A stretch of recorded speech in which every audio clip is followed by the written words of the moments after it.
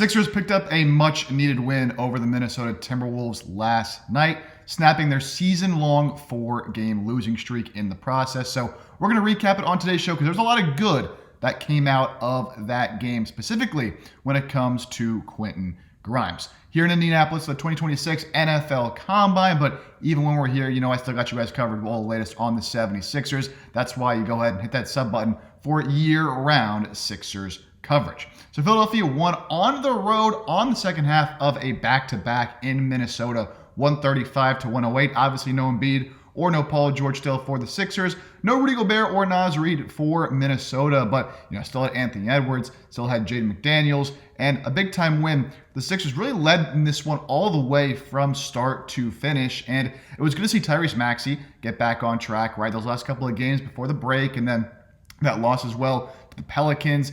Hadn't been quite his usual self, still putting up good numbers, of course, but not quite the same impact. You could see maybe his legs were getting a little bit tired, some unusual turnovers for a player like Tyrese Maxey, but last night put up 39 points to go along with 8 assists, hit 4 of his 7 threes, obviously had that big-time dunk over Anthony Edwards as well, which was really cool to see, and shook off some early turnovers as well in this one to get back on track. So just good to see him, kind of get back to playing like we know Tyrese Maxey has been playing all season long, like a first-team All-NBA kind of player. VJ Edgecombe as well with another good performance. His shot making, his shot creation over the last couple of weeks has really started to come along, and he's really started to refine that area of his game while, still keeping, of course, the athleticism, the defense as well. He had 24 points in this one to go along with 7 rebounds, hit 6 of his 7 threes as well. And a lot of those were off the dribble, right? Not just wide open catch and shoots, but difficult shots. And we've kind of seen him taking and making more of those over the past few weeks. Shout out to Kelly Oubre as well. Had 4 steals in this one, 18 points. He's actually tied for first, Oubre is, in deflections per game this season with 4.3 among all players across the league. Funny enough, on that list, Paul George also 6th and Tyrese Maxey 10th. Maxey's up there in the league leaders in terms of steals per game as well. So good job from Oubre getting in those passing lanes and helping create some turnovers against Minnesota. Minnesota really was playing pretty sloppy basketball last night as a whole. But the key takeaway from the win that I really want to discuss here on today's show is Quentin Grimes, how good he was, but more importantly, how aggressive he was, the shots he was actually looking to take. It means a lot to this team when Grimes is coming off the bench, being aggressive, taking a lot of threes, right? Getting to the rim and just not shying away and sort of deferring, especially when Embiid is not out there on the floor. I know it's a little bit easier when Embiid's out there to not take as many shots when you're on the floor with him, but when he's not out there, the Sixers desperately need some scoring, especially off the bench. Their bench scoring numbers are atrocious.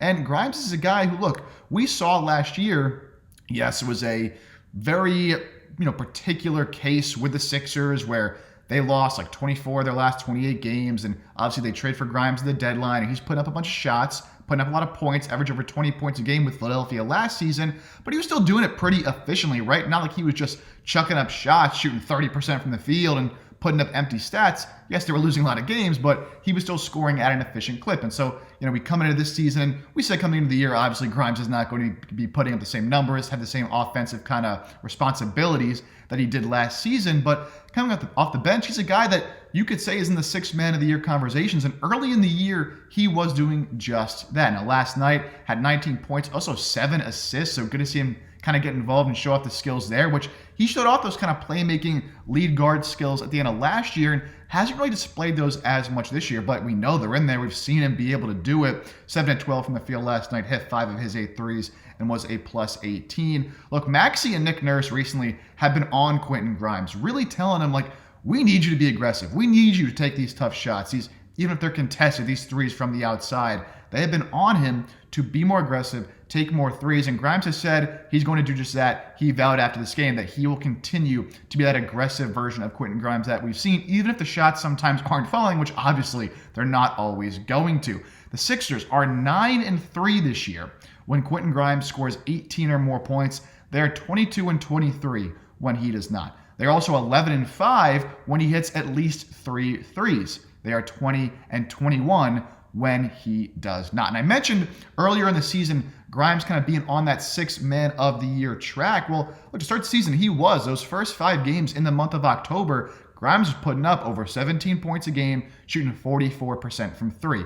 tailed off a little bit in November, but still really good in the month of November. And this is when I was really starting to say, like, this is a guy who could easily win Sixth Man of the Year. In 14 games in November, put up 17 a game, 45 from the field, 34 from three. But then in December and January, things really started to tail off for him. And over the last couple of months, we just have not seen the same impact from Quentin Grimes. In December, 10 games, just 10 points a game, shooting just 36% from the field and 31 from three. And then in the month of January, another 15 games, again, just 10 points a game, 46 from the field and 31 from three. Here in February, slightly better, 7 games, 11 points a game, but shooting the ball more efficiently, 50% from the field and 40% from three.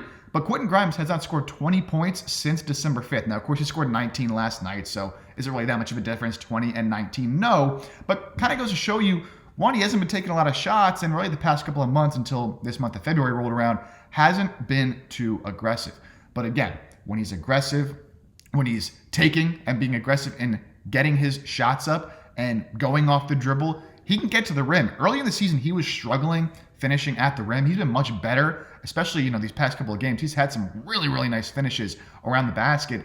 He showed the ability last year to be able to do those kind of things, and I think the Sixers want him and need him to be able to do that again. When the Sixers win, Quentin Grimes shoots 39% from three. In their losses, Grimes just shoots 29%. So, you kind of look, at all these numbers, and you see when Grimes is playing well, the Sixers are winning. When he's being aggressive, the Sixers are winning. When he's not, a lot of times they do not win. And that's something you often see with star players in the team. Obviously, when Maxey plays bad, the Sixers will lose. Or when Embiid plays bad, the Sixers will lose.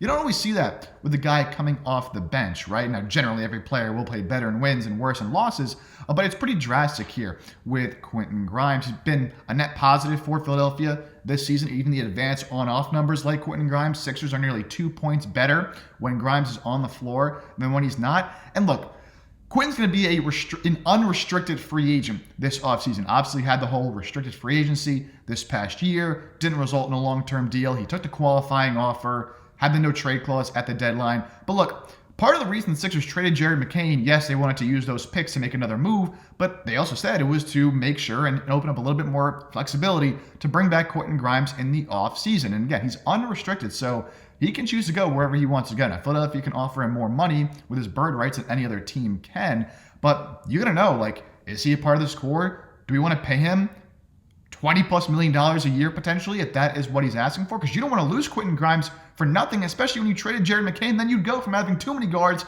to having no guards at all. So you got to bring him back and you got to figure out if he is a part of that future, how much you want to pay. And it's especially important too. I've seen some people say, oh, what do you have Maxey, you have VJ Edgecombe.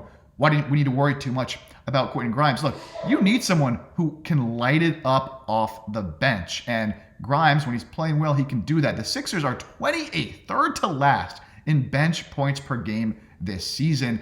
They just haven't had anybody outside of Grimes, and obviously when McCain was on the team at times, who can really make an impact scoring the ball off the bench. You have a lot of guys who, can kind of play certain roles and give you some energy and do different things on the floor, but not a lot of guys that can do what Grimes can, especially with the three-point shooting, which Philadelphia is pretty league average in, and getting to the rim. Now, we look towards the rest of the season, right? And can Grimes kind of start to be more consistent in this role of putting up more shots like he says he's going to? If he does, look, once Paul George gets back towards the end of the year, I imagine Oubre moves back to the bench, again, kind of talking about how bad the Sixers bench has been in terms of scoring, but you got Maxey, Edgecombe, Paul George, Barlow, and Embiid as your ideal starting unit. And then, look, you move Oubre to that bench, you obviously bring in Cameron Payne as well. You got a kind of a backup rotation off the bench of Payne, Grimes with Oubre, Trendon Watford / Jabari Walker, and then obviously Bono or Drummond, depending on who you want to go with the matchups are like. That's a pretty decent bench, especially bringing Oubre off the bench as well. I really do like that. So all of a sudden, if Grimes can continue to play aggressively, if Cameron Payne can start to find his shot, he was a little bit better last night, but still I think just 1 of 5 from the field. And then assuming Paul George can get back, Paul George actually is the best on-off of any player on the Sixers this season. Then you can kind of see things start to turn around a little bit more. But it is a lot of ifs at this moment in time, right? Can Paul George get back to being more consistent when he returns? Can Kelly Oubre continue to thrive off the bench? And can Quentin Grimes be able to maintain this recent aggressive mindset he's had? Because he hasn't had it all season long, even though There have been times where he said he was going to. So that remains to be seen. But a good win over a good team, even though they were missing a couple of their better players there in Minnesota for the Sixers. Really needed to break that 4-game losing streak. Get the Pacers coming up on Tuesday in Indianapolis. Funny enough, of course, I'm in Indianapolis for the Combine. I won't be able to go to that one, but it should be fun to see them here. And it should be a game that you're able to win over a really, really bad and quite frankly, tanking Pacers team. But need to see more of this in general, and need to see more of this from Quentin Grimes as well. Could really help the Sixers team moving forward. Of course, do not forget to hit that subscribe button for more content all throughout the week and all throughout the year. I'm Joe Chipper. You're watching 76ers Now, and we'll catch you next time right here on the show.